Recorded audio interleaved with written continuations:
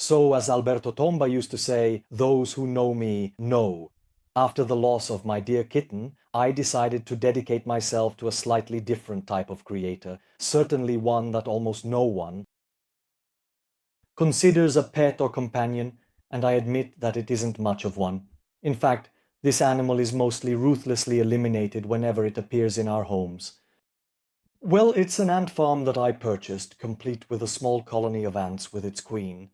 You buy it online, it costs very little, and as they say, it works.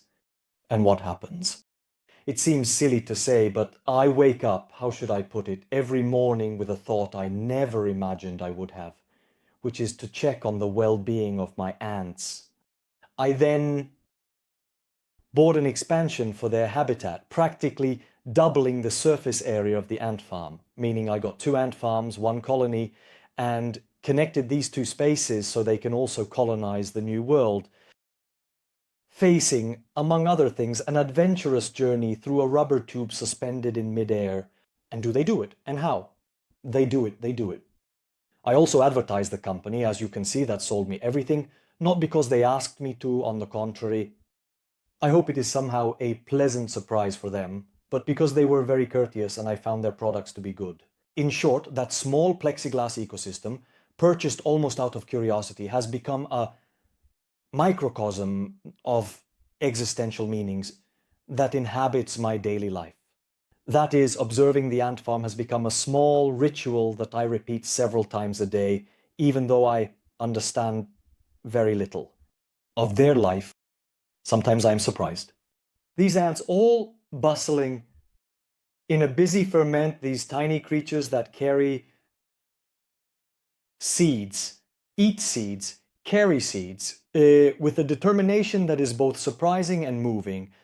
Moreover, when I discover that their food and water supply especially is depleted, I feel a genuine anxiety. As if a deep responsibility called me to immediate action, even though I know they are expert storers and the seeds that are gone no longer on the surface have been stored underground. But I say with concern, the seeds are gone, the water is gone, and at that moment these ordinary insects, which in any other context would be considered pests, take on an affectionate dimension. That challenges common sense. The truth is that affection has a geography all its own. As Bruce Hood notes in his interesting book, The Self-Illusion, we tend to attribute a special value to objects and beings with which we establish a personal connection. The same ants that we would crush without hesitation in our garden become precious when they enter the sphere of what I define as mine. It's extraordinary how context radically transforms our perception. What would be annoying ants outside, inside the house have become my ants. Creatures that deserve care, attention, and even a certain kind of affection. This perceptual metamorphosis is not about them, but about the meaning I have constructed through my daily emotional investment. Every day that passes, every seed placed in their space nourishes not only them, but also something inside me.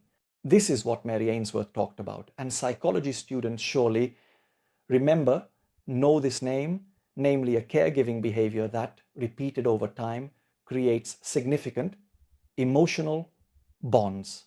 So these ants, so elementary in their existential expression, become a mirror of my more complex relational dynamics.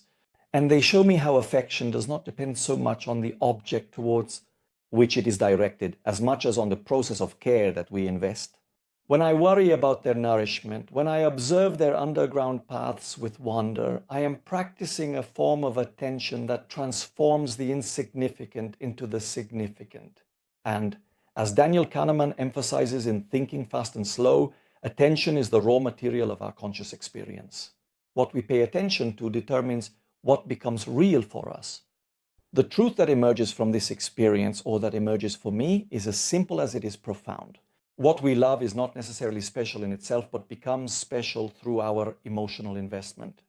Because love is partly a creative act, and not so much for the process of discovering something valuable, but I would say for the creation of value through attention and care.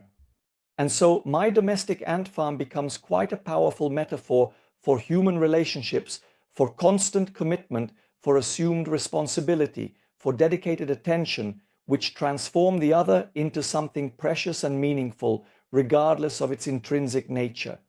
Value, remember, value does not precede care, but is the result of it. This is what my ants have taught me. See you next time.